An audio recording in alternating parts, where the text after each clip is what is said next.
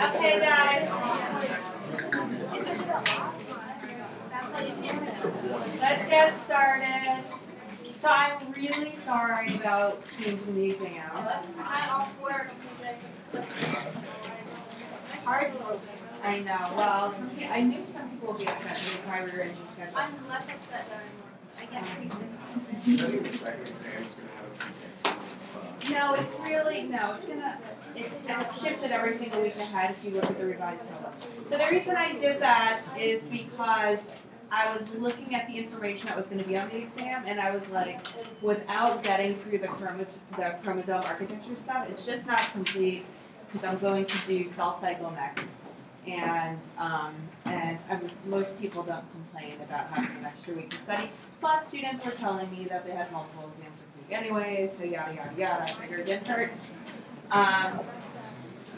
Usually I don't do that. So consider yourself lucky. Or unlucky. Who's unlucky?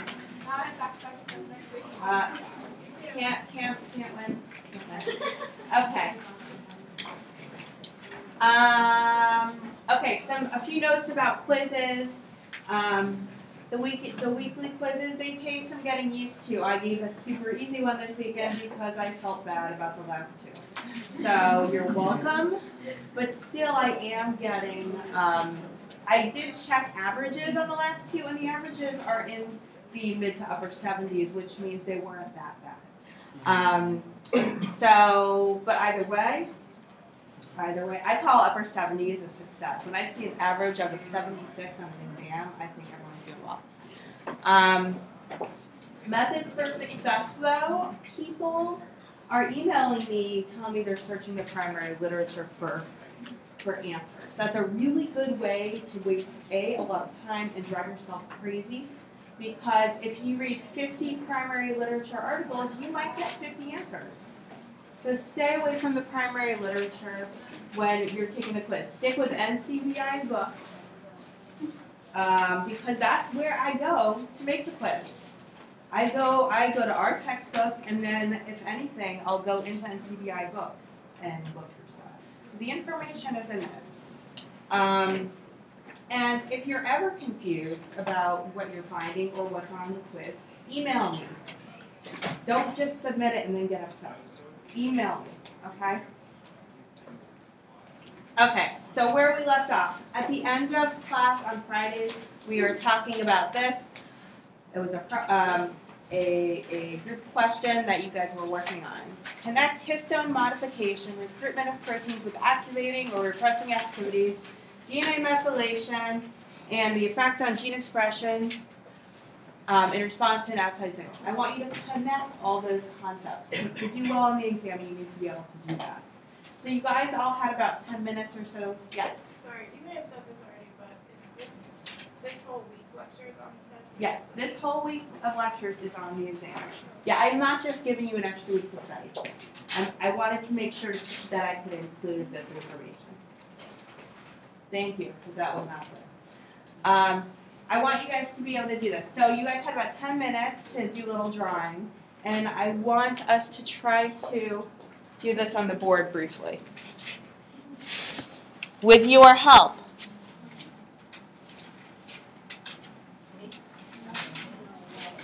Let's see.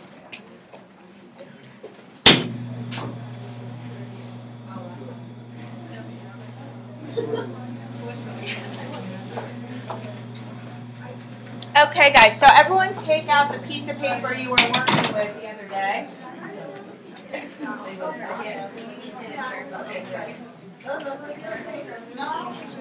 Did anyone do this the other day?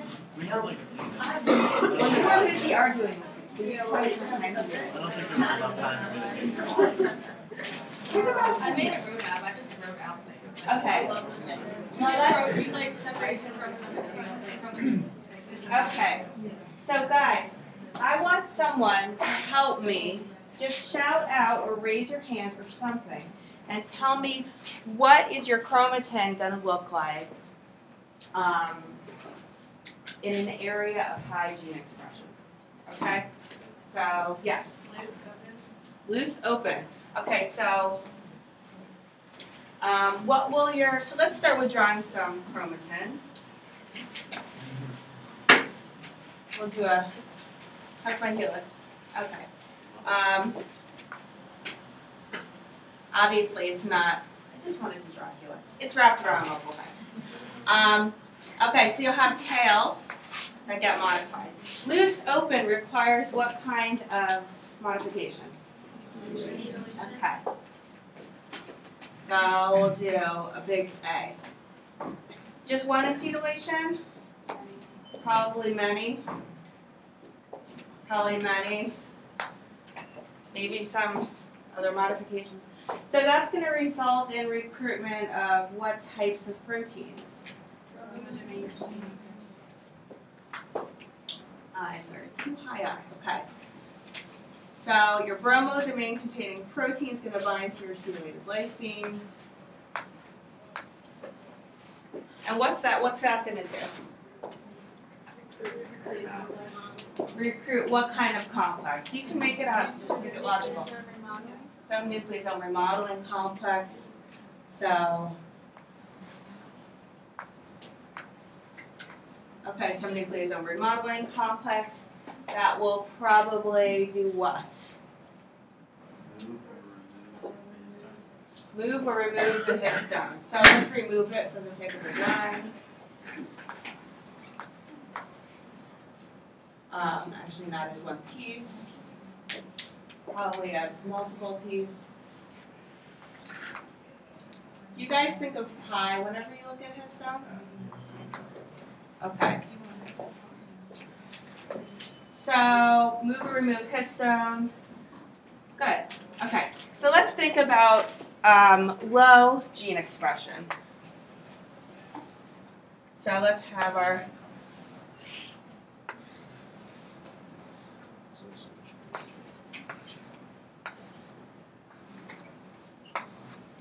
nucleosome there. Okay, so low gene expression. Where are we starting? What do we see? Methylation. Methylation where? Tails, sure, why not? Actually, we'll do it down here. So you have methylation, one methylation, two methylations, I don't know. Many, maybe, who knows? And the core also, maybe, but we're not going to worry too much about that because mostly it's the tails that end up with recruitment of proteins. I mean, you're going to also have interactions with the core. Yeah. What else? Okay, so how's all this going to happen? So let's talk about maybe the enzymes that are doing this, right? So a methyltransferase will be recruited. So let's start with methylation on the DNA. No, let's start with, okay. Start with methylation there. So a methyltransferase, what kind of methyltransferase? A histone methyltransferase? Okay, so and how's that going to interact with your methylated lysine?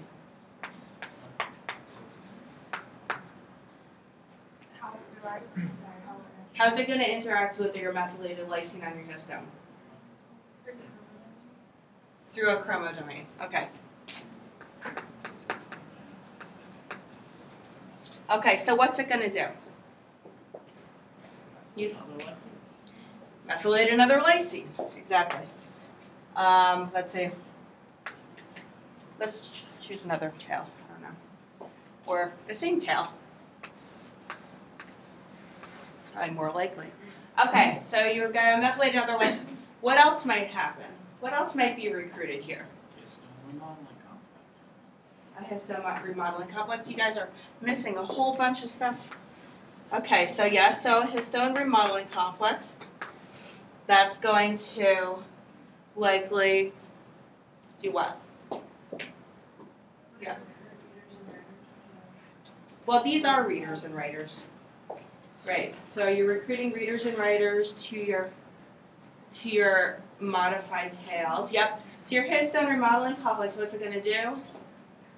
Or your nucleosome remodeling complex? Is it going to remove histones? Yeah, it's gonna slide them over to condense. Right. Okay, so you're gonna end up with movement of that. Okay, so what else though? So you've got methylated histone tails. What else might you do? We learned a lot more than just this.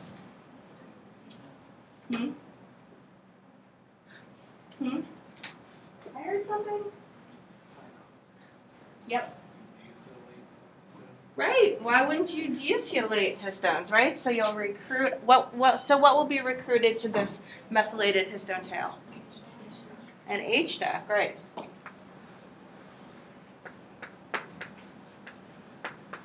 Okay. And it will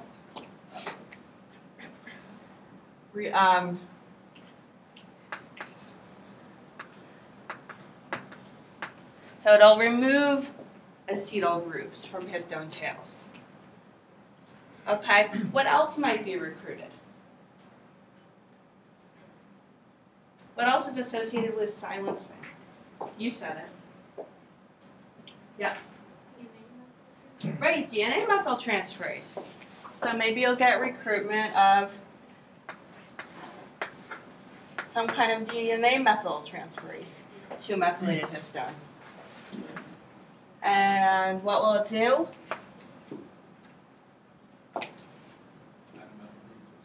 Right. Methylated cytosine. So I was talking to Dr. Weldon about this, and I was like, why cytosine? I don't know. Why cytosine? And he was like, I don't know. I think it just happened and it worked and it stayed. So I was like, okay, I guess that's evolution. What else? Okay, so we've got that. What else? Huh? It takes so much more effort to silence stuff and keep it, in living gene expression than it does to activate it. Well, I mean, this is all very simplistic. Okay. Did you guys all write this on Friday? Or something that looked a little like this? Or start to write it? Not that complex. Those are all the players. I know this is kind of a disaster. Those are all the players that are involved. Don't forget here, where you've got the nucleosome remodeling complex, there's other things that are happening. What else is happening here that's involved with activation? Hats, right? Right? What else?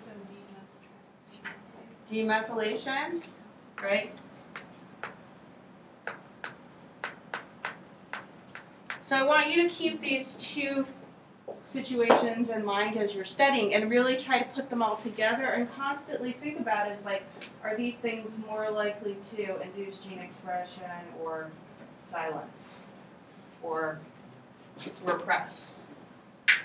Okay, most simple, this is like the most simple version of this. Okay, any questions? I got a question. When chromatin self-pools on itself to a heterochromatin structure, is that due to mainly methylation? There's a lot of methylation. A lot of Where is that methylation of the tails? So tail and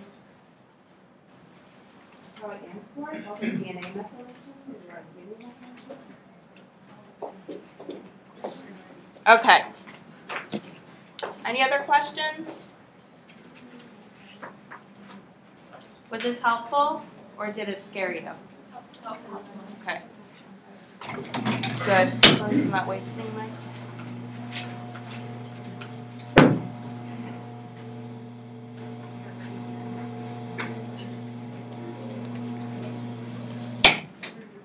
Okay, good. Let's move on. Okay, chromosome and nuclear architecture and relationship to function. That is what we read about over the weekend. Okay, so in the most basic form, you really just need to think of 3 elements on your chromosomes, right? Your telomeres, your replication origin, and your centromere. Without that, you're not going to have stable inheritance of chromosomes to daughter cells. Make sense? What do telomeres do? Protect the ends from degradation. What does replication origin do? Is there just one or are there many? Many, thank you. What do centromeres do? They help. Okay, so I heard a lot of mumbling. What do they do? Centromeres? Yep. Help with chromosome segregation, right? Okay. So, a lot of this was first described in yeast using complementation assays.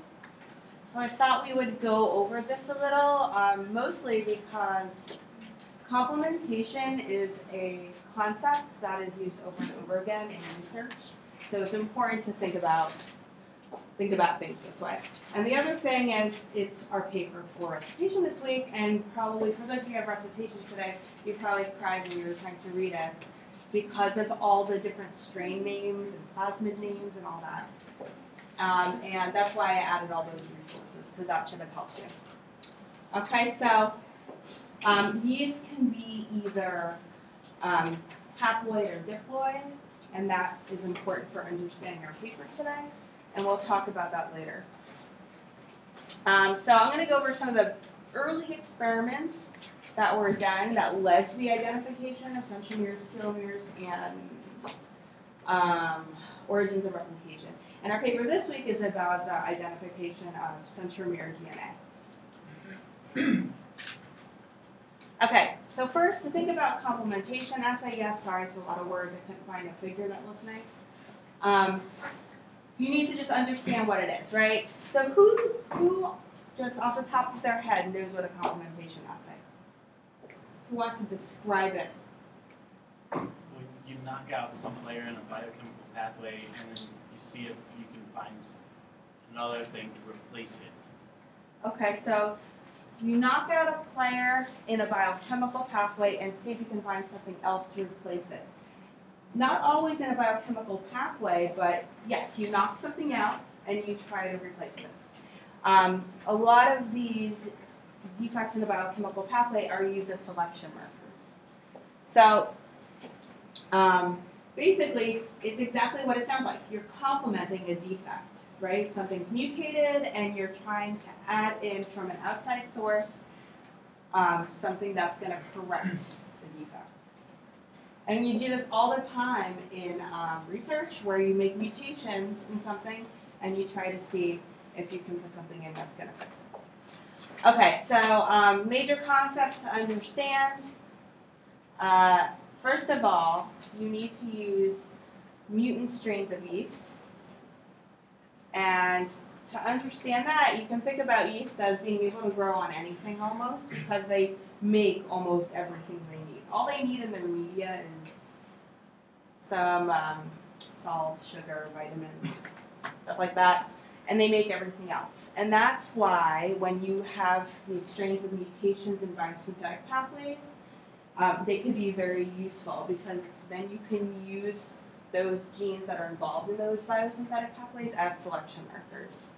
Common biosynthetic pathways that are mutated and strains that are used are, and especially in the paper this week, are histidine, uracil, and leucine biosynthetic pathways. Usually just one enzyme or a few enzymes, but usually just one enzyme in that pathway is mutated or deleted or something like that, and you'll have that gene on the plasmid that you're putting into your yeast, and that will allow the cells to grow. So you can start to see where your plasmid is.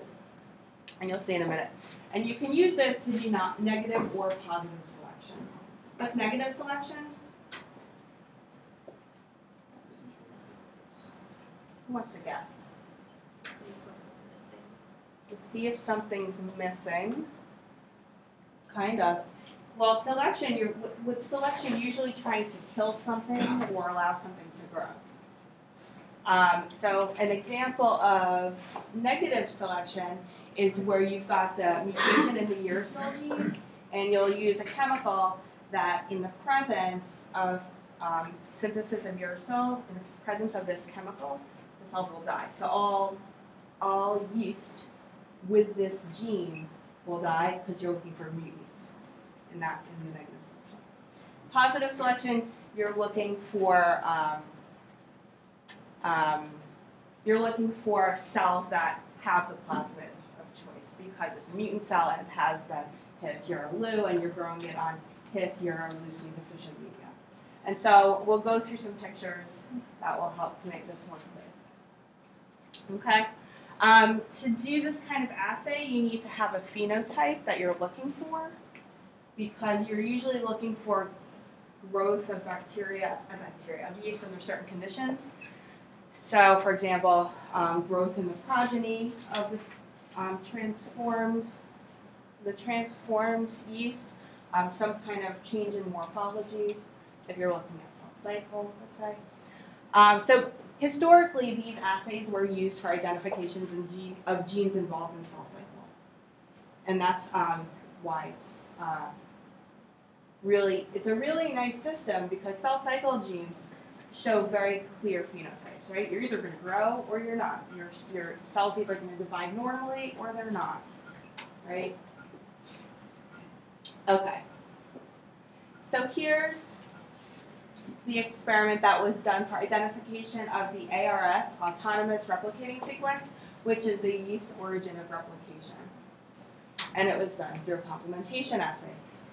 So they were working with cells that are deficient for production of leucine.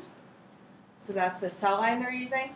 And then they've got plasmids with different sequences. Notice both plasmids have leucine, the leucine gene in it, because that's correcting for the deficiency in leucine in the cell line, and the cells won't grow if the plasmid's not in there. Why do you care about that, right? Do you want to study yeast cells that don't have the plasmid you're trying to put in there? No. You only want to study the cells that have your plasmid in there. So that's why you're using that leucine gene as a selection marker. It's selecting for cells that contain the plasmid you're putting in. Okay? So what they did is they had plasmids that didn't have the ARS sequence, and then they had plasmids with the ARS sequence. And they transfected them into the leucine negative cells, and cells without the ARS sequence did not grow. And cells with the ARS sequence, some of them grew. Okay? So why didn't the cells grow which lacked the ARS sequence? Why didn't they grow? So the origin of replication.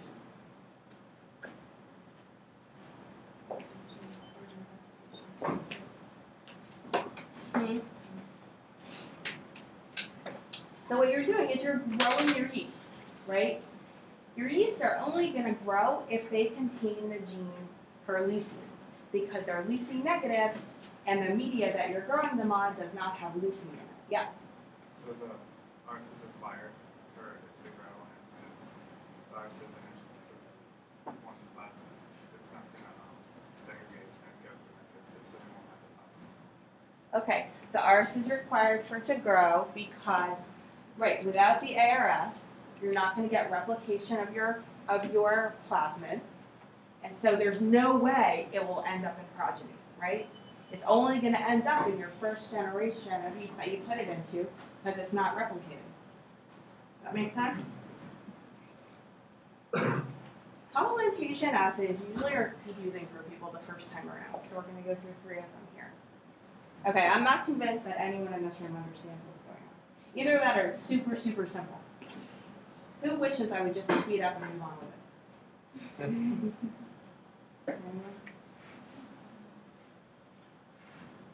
Okay. I'm not moving on until someone asks me a question. Okay, so y'all get it? Okay, let's keep going. Do you guys want me to keep going, or do you want me to try to go through it once more?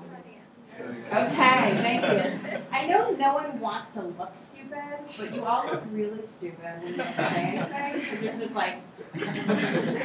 Well, sometimes we don't understand enough to ask a specific question, so we're just like... But that helps. That helps. Okay, right? So leucine is a selection marker. Cells aren't going to grow without it, right? Because they need leucine, right? Are you going to grow without leucine? Probably not. You need it, right? Okay. So that's without the ARS. You're not going to have any replication because there's no origin of replication. If you don't replicate your plasmid, can you pass it down to your progeny? No, right? If you don't replicate your genome, can you pass it to your daughter cells? No. Okay, great. So that's why you don't get growth, because this plasmid that is containing the leucine gene, which is a marker, it's only a marker, selection marker, it will not grow in media without leucine. Whereas when you add in the origin of replication, that allows the plasmid to be replicated, and then it can be passed on to future generations of cells. Now, notice it's not passed to both, because this isn't a centromere we're talking about, it's just an origin of replication. So it's randomly passed out.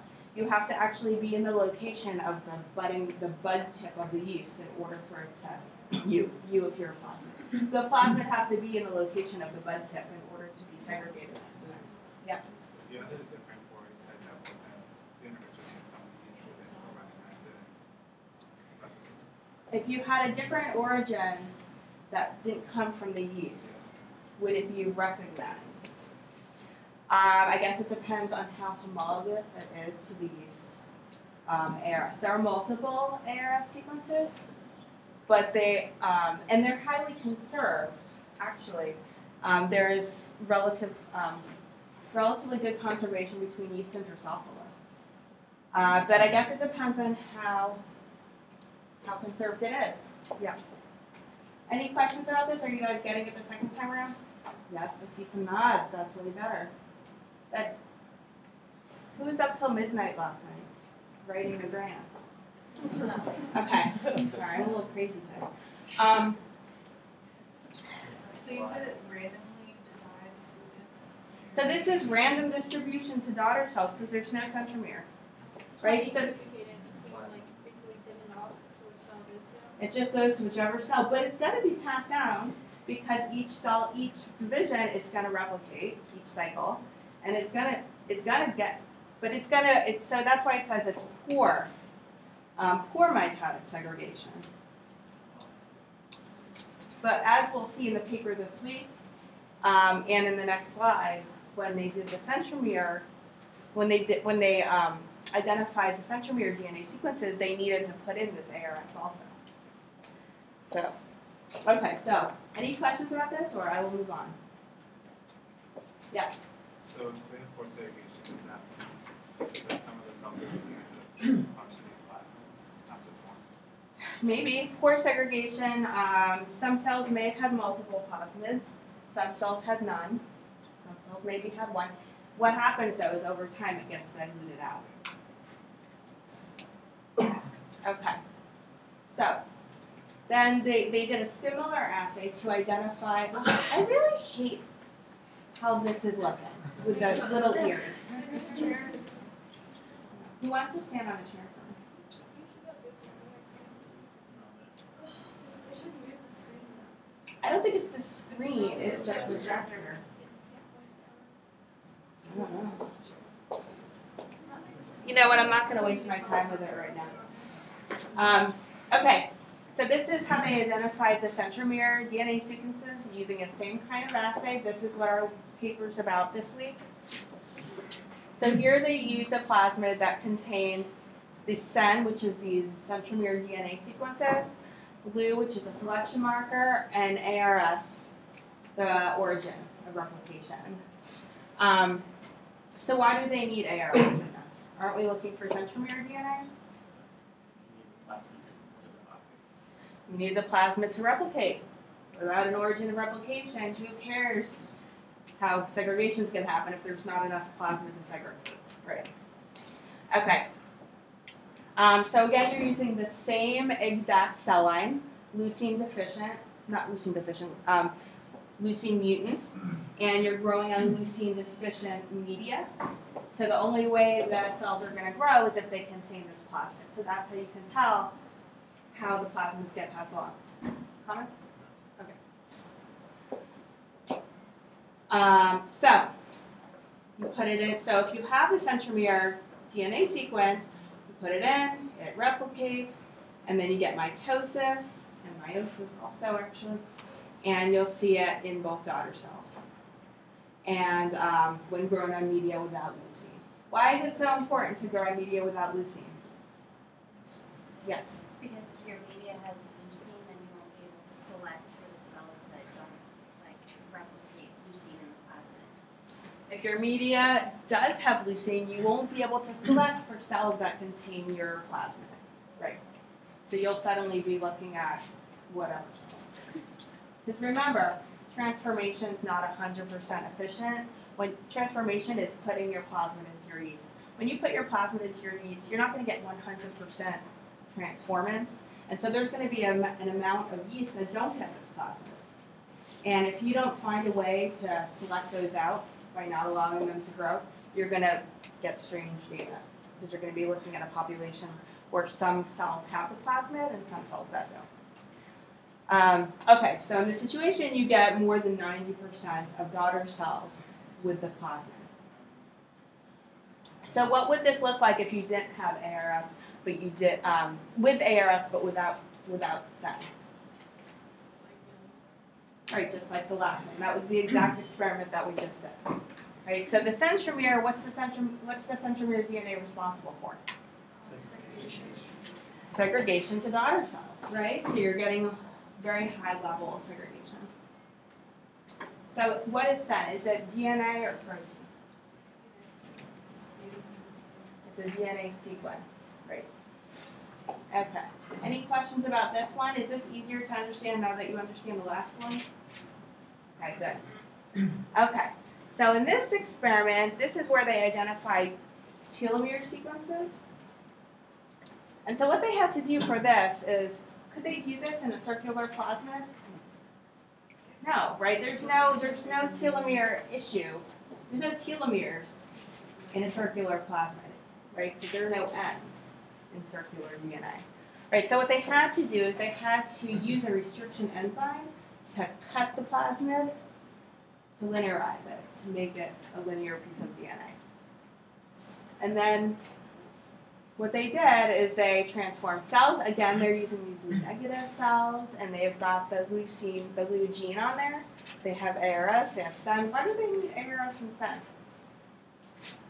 Again, if you want to replicate, you need ARS, and if you want to disaggregate them. Right, you need ARS for copying your plasmid, right? That's your origin, and if you want good segregation, you need your SEN sequence. So here, what you're going to see is you're going to see loss of the plasmid due to instability, right? Because without the telomere sequences at the ends, your plasmid is unstable and is likely to degrade.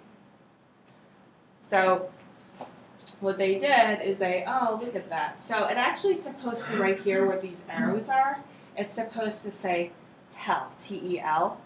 Hopefully it'll say that on the version you get on Blackboard. And so what they did is they added these telomere sequences to the ends of the plasmid, the linearized plasmid, and they transformed their Leu negative cells, and they looked for segregation. And so they found that without this, it's so funny, they make it look circular. Without the telomere ends, you get no growth because it's not stable. The plasmid is not stable. But when you add those telomere sequences, it stabilizes the plasmid and allows for proper replication and distribution to daughter cells so you can detect it in the progeny. Questions about this? Yes? I just thought it was cool. It shows like the progression from circular DNA and prokaryotes to what would be necessary for linear DNA in eukaryotes. Yep. You can really compare the difference between circular DNA and prokaryotes and linear DNA in eukaryotes. Yep. Wouldn't you still get though you would have aggregated ends since it don't have telomeres? Wouldn't you still get replication, but wouldn't you just have degraded ends because you wouldn't have telomeres? So what you're doing is you're not looking at one round of replication, you're looking at multiple rounds of replication because you're actually plating this yeast on solid media and you're looking to see how much growth you're getting. And so you're going to get way less growth without those. That's a very good question.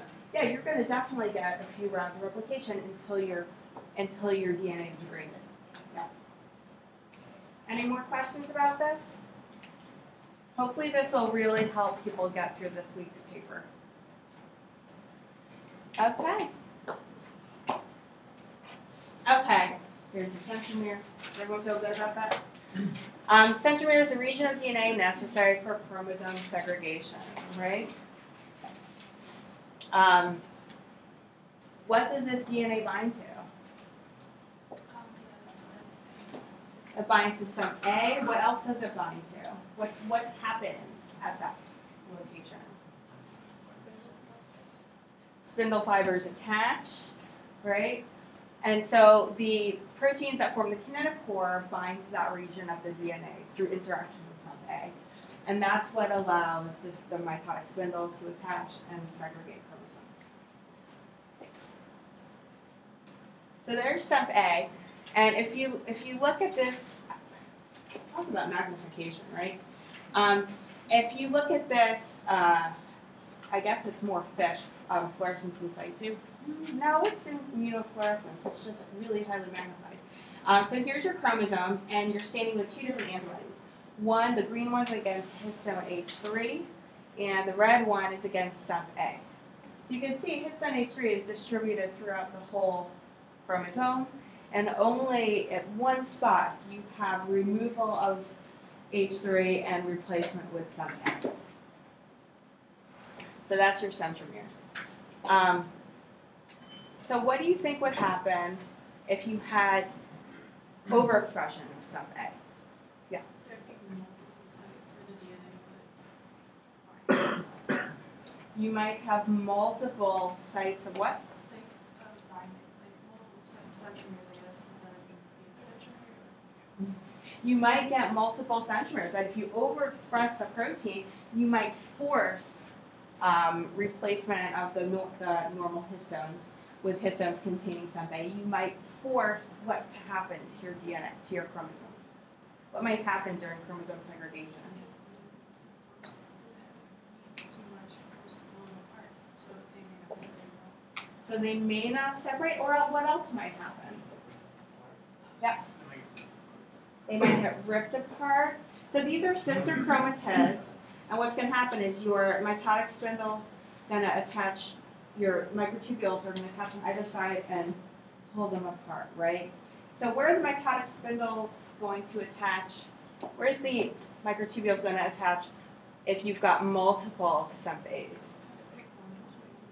Is it just going to attach to one, or might it attach to all of them? And do you think it's going to attach correctly, where the one on this side is going to, maybe it'll attach incorrectly, so you might end up with chromosome breakage, right? You could guess this is kind of highly regulated. What's the effect of sump A deletion? What's the AT samples? The what? The title part, AT retrieval. Oh, AT, the nucleotide AT. Yeah. So they tend, that the centromeric DNA tends to be AT rich. So right, sump A deletion is probably going to result in abnormal chromosome segregation or no chromosome segregation. What are your daughter cells going to look like? Some might be polyploid and some might be missing chromosomes, right? What happens if you mutate your centromere's DNA? What's going to happen? I feel like I'm getting so many answers from right here. I really want to include the rest. I mean, you guys are awesome. High fives all around. But I want to include the rest of the class here. I don't know if you guys are just not getting it or you're bored. Because it's not 9 a.m. I taught 9 a.m. last year and everyone was snoozing. Next year I'm gonna try 3:30. I think they're gonna snooze then. No, I'm kidding. Don't do it. Is this just so easy? You're like, I learned this in 201. Is it really hard and you're not getting it at all? Some yeses, thank you. I'm trying to gauge what's going on here. I need a little back and forth. Otherwise I get so bored up here. Yeah. I could take a nap. Totally. You guys want to hear about the grant that I was writing? Yeah. That's all that's going through my head. I'm writing it right now, actually, while I'm lecturing. Is anyone going to come see me talk about a day in the life of a scientist on Wednesday night? 6:30. Oh, they're like, and then whoever set it up was like, oh, I looked at your schedule. You're not teaching it. No, because I'm home feeding my kids dinner. You teach them at 6:30. I guess some people do. Not me. Not that choice. Anyways, okay. So we're gonna move on. We'll talk about my grant at some point. You can come on Wednesday night. We'll talk about it. We'll really talk about it if it gets funded. No, did we ever say what happens with centromere mutation? I don't know. What do you think? I would assume probably the same thing. Like they're gonna get like polyploidy or a lack of segregation. Okay, yeah. So if you mutate your centromere DNA, you'll either end up with polyploidy or lack of chromosomes, right? So, and why is that? What's not going to happen? You're probably not gonna get the mitotic spin moves. Or I'm not really sure, but What attaches to that DNA? What kind of histone variants?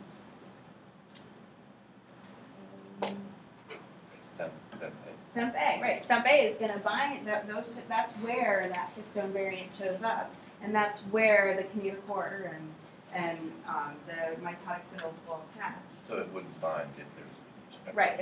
If it's highly mutated, it won't bind. Exactly. Okay. Any questions? Yes. Question, actually. A couple of statements that I read in the book last night said that 10% of the chromosomes in heterochromatic form.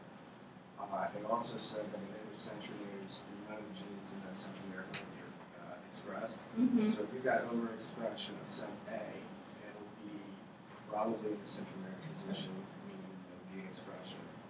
Could that also result in a highly dysfunctional chromosome? Okay. I'm trying to follow you.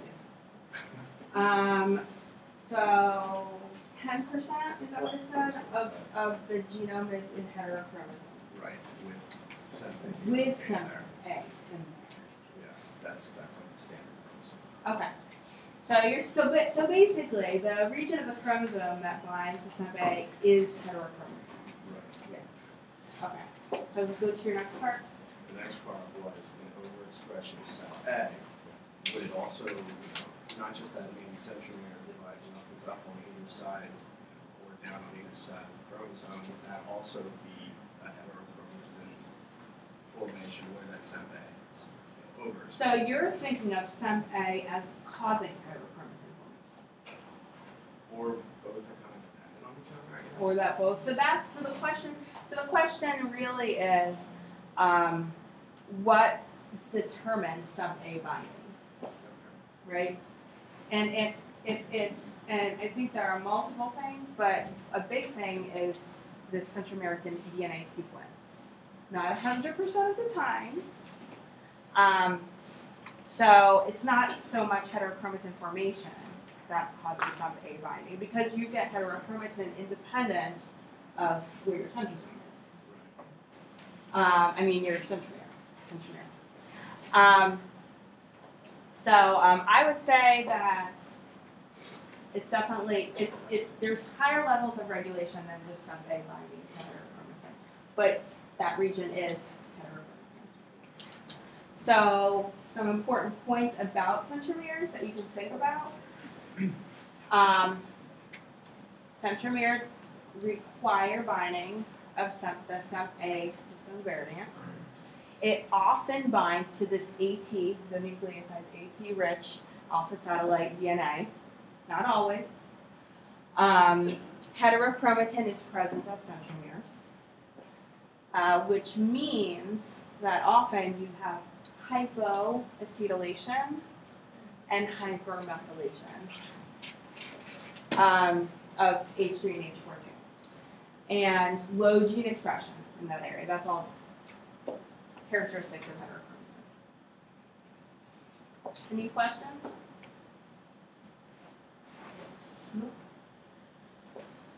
Okay, quick practice problem. You are studying centromere formation and function.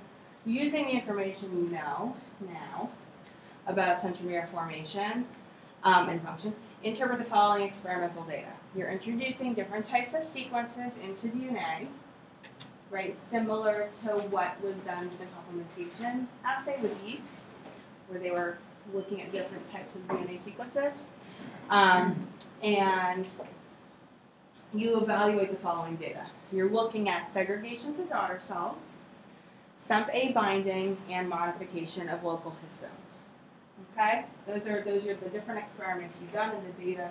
And the data that you get is, you get data where there's no SEMP-A binding. So this is all different DNA sequences that you're looking at all these data points.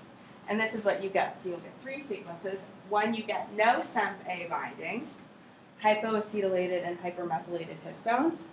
When you get no SEMP-A binding, hyperacetylated and hypomethylated histones. When you get SEMP-A binding and hypoacetylated and hypermethylated histones. Of these 3, which samples do you expect to segregate properly to daughter cells?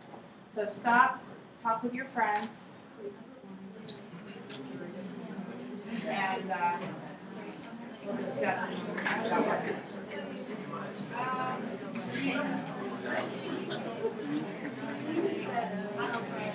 Do you mean to normal daughter cells? To normal Segregation.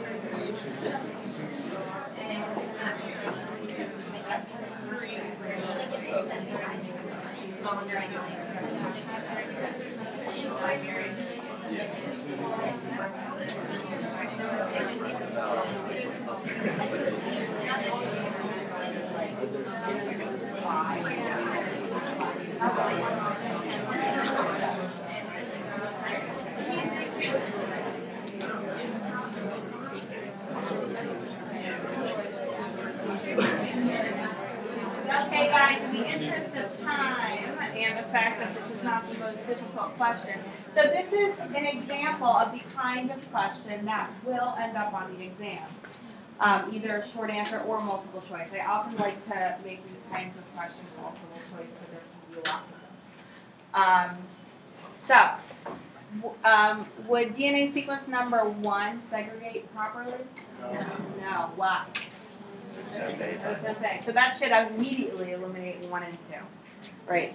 So 3, yes, right? So that's an example of a question that I put that's full of data that you don't even need to consider. Yep. What if you had SEMP-A binding and hyperacetylation and hypomethylation?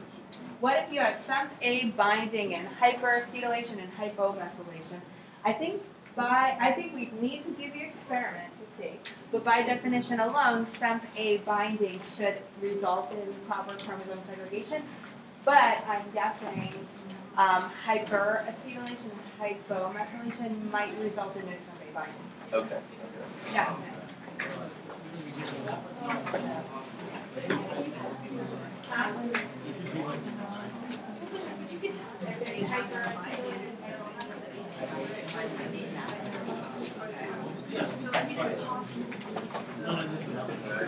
Well, you're not worried about segregation, you're looking at segregation.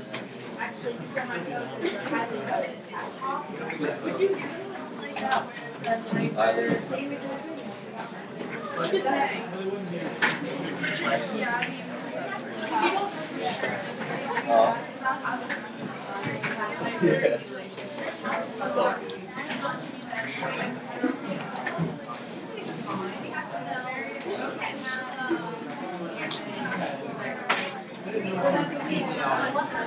sounded like you were half. It's just A, the G. Yeah, it's a protein, it's put it somewhere else. Okay.